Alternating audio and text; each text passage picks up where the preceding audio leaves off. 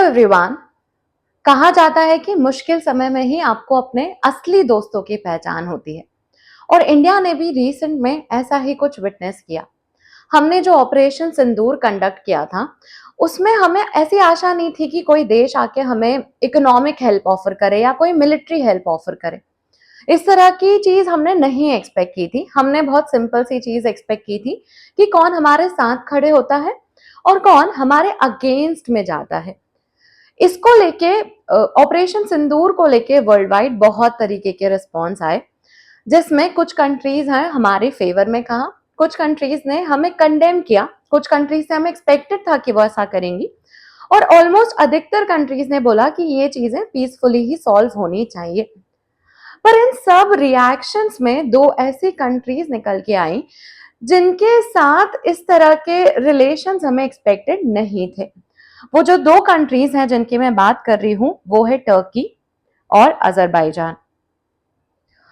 Turkey जो है इसने कहा कि एक्चुअल में ये पाकिस्तान के साथ खड़े हुए और उन्होंने कहा कि इंडिया का जो ऑपरेशन सिंदूर है उसमें इंडिया ने सिविलियंस को टारगेट किया है।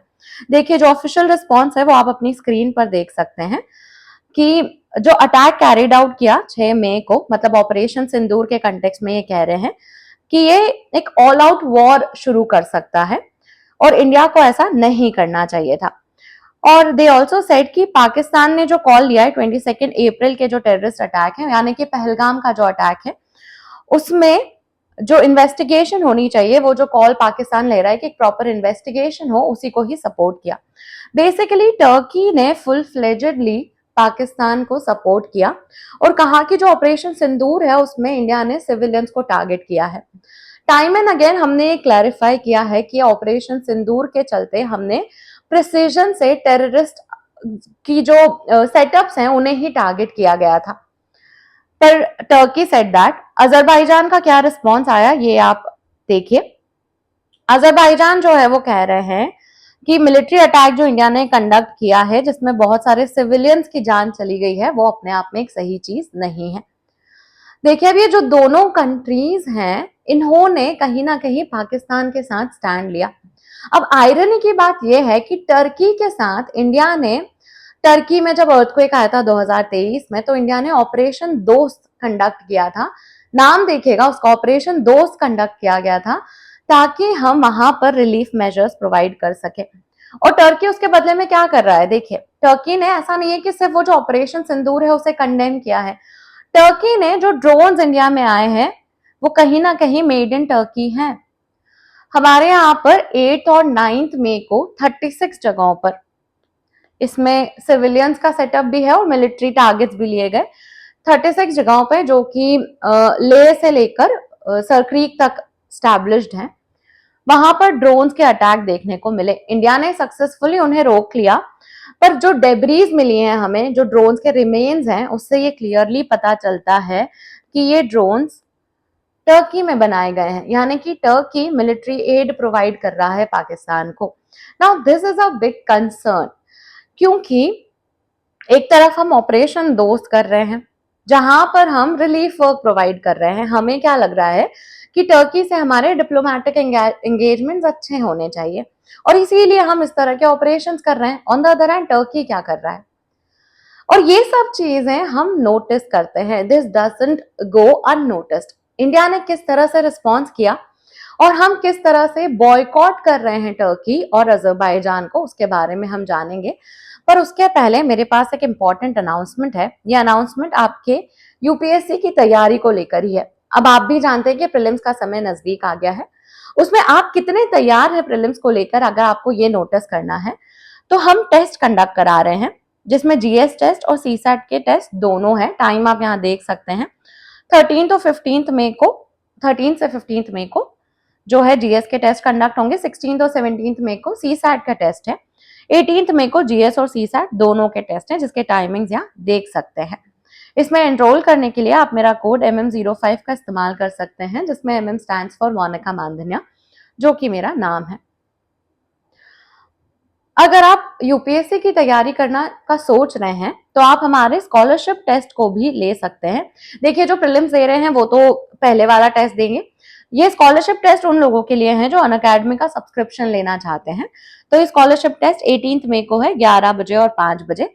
इसमें रजिस्टर कर सकते हैं आप, जिसमें आपको बहुत सारे प्राइजेस भी मिलेंगे, साथ में आपको 100% स्कॉलरशिप जीतने का मौका भी है।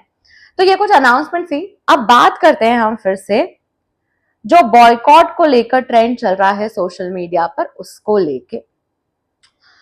तो आवाज उठाई जा रही है कि जब टर्की और अजरबैजान इतना आउटराइटली इंडिया के ऑपरेशन सिंदूर को क्रिटिसाइज कर रहे हैं, तो इंडियंस को भी ये ड्यूटी बनती है कि हम टर्की, बाकू, इस्तांबुल जैसी जगहों को बॉयकॉट करें। बाकू जो है वो अजरबैजान की कैपिटल है, इस्तांबुल टर्की में एक सिटी है, तो हम इन्हें बॉयकॉट करें। क्यों बॉयकॉट करना चाहिए हमें? कुछ स्टैटिस्टिक्स हैं जो आप ध्यान रखिएगा कि इससे कितना इम्पैक्ट हो सकता है। देखो 2024 की ही अगर हम माने तो 3.5 लाख टूरिस्ट जो इंडिया के थे वो गए थे टर्की। सिमिलरली बाकू जो है वहां पे 2.5 लाख इंडियन टूरिस्ट गए थे, सॉरी अजरबैजान जो है, ये 2024 का स्टैटिस्टिक्स है। अब सोचिए कि इकोनॉमी कितनी ड्राइव करता होगा इस टूरिज्म से। अगर मैं आपको स्टैटिस्टिक्स बताऊं तो 12% ऑफ टर्की की जीडीपी जो है वो टूरिज्म पे डिपेंड करती है। सिमिलरली 7.6% जीडीपी अजरबैजान की जो है वो टूरिज्म पे डिपेंड करती है, जिसमें इंडिया का फुटफॉल बहुत ज्यादा है। अब ऐसे में अगर इंडियंस बॉयकॉट का कॉल देते हैं तो इनकी जीडीपी को इम्पैक्ट पड़ सकता है, और पड़ेगा ही, ऑब्वियस सी बात है। और ये बॉयकॉट कितना पीक पर है इसकी अंडरस्टैंडिंग आपको इस न्यूज आर्टिकल से समझ में आ जाएगी, जिसमें लिखा है कि टर्की और अजरबैजान की ऑलमोस्ट 50% बुकिंग्स जो इंडिया में हुई थी, मतलब इंडियन टूरिस्ट जो जाने वाले थे, उनमें कैंसलेशंस देखने को मिले हैं। 50% कैंसलेशंस देखने को मिले हैं लास्ट 6 डेज में। और इस कैंसलेशन के पीछे क्या कारण है? ऐसा नहीं है कि वहां पे कोई थ्रेट है हमारे सिविलियंस को या फिर कोई अटैक हो रहा है उनपे, नहीं। It's simply because they didn't stand for India. India जो अपनी टेररिज्म की फाइट कंडक्ट कर रहा था, उसमें इंडिया के साथ ये कंट्रीज खड़ी नहीं हुई। इनफैक्ट इन्होंने पाकिस्तान का साइड ले लिया। इस वजह से इस तरह के कैंसलेशंस देखने को मिले हैं। देखिए आपको ये समझना होगा कि इंडिया की सबसे बड़ी स्ट्रेंथ है उसकी डेमोग्राफी, उसके लोग। प्राइम मिनिस्टर नरेंद्र मोदी ने रिसेंट में ये कहा भी था कि जब वो किसी वर्ल्ड लीडर से हाथ मिलाते हैं तो वो 1.4 बिलियन लोगों की तरफ से हाथ मिला रहे होते हैं।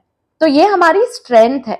आप हमारी कंट्री को क्रिटिसाइज कर सकते हैं और इसमें एक्सपेक्ट नहीं कर सकते कि हम आपके साथ वैसे ही रिलेशंस रखें जैसे हमारे हमेशा से होते थे। ये नया भारत है, वी नोटिस एवरीथिंग। और ये बॉयकॉट सिर्फ टूरिज्म तक ही कन्फाइंड नहीं है। लोगों ने टर्किश एप्पल तक बॉयकॉट करना शुरू कर दिया है। टर्किश एप्पल जो है वो सीजनली ही अवेलेबल होते हैं, 3-4 महीने के लिए अवेलेबल होते हैं।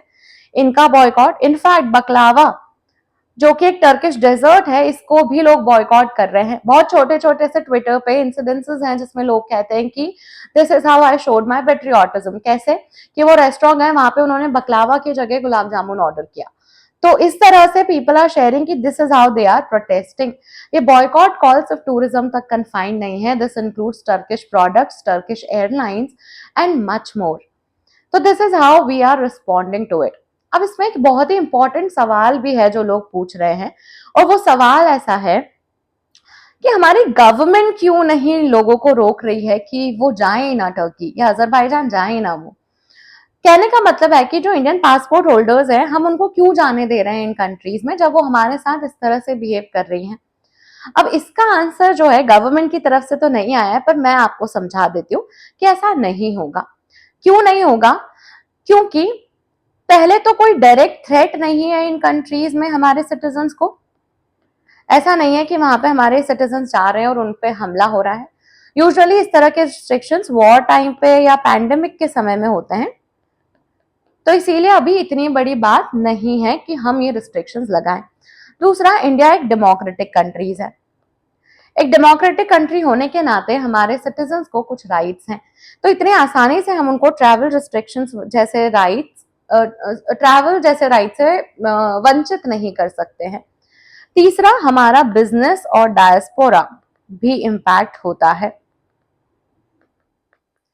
इसीलिए all of these are not that simple measure. Boycott Turkey या बॉयकॉट अजरबैजान सिर्फ एक ट्रेंड रहे या सीजनल टाइम तक ही रहे, ये तो समय ही बताएगा, क्योंकि सिमिलर आर्ग्यूमेंट स्नैपचैट के टाइम पे भी हमें देखने को मिले थे, जब स्नैपचैट की तरफ से इंडिया को डेरोगेटरी रिमार्क्स के साथ बोला गया था, तब अनइंस्टॉल स्नैपचैट जैसे चीजें चल रही थी।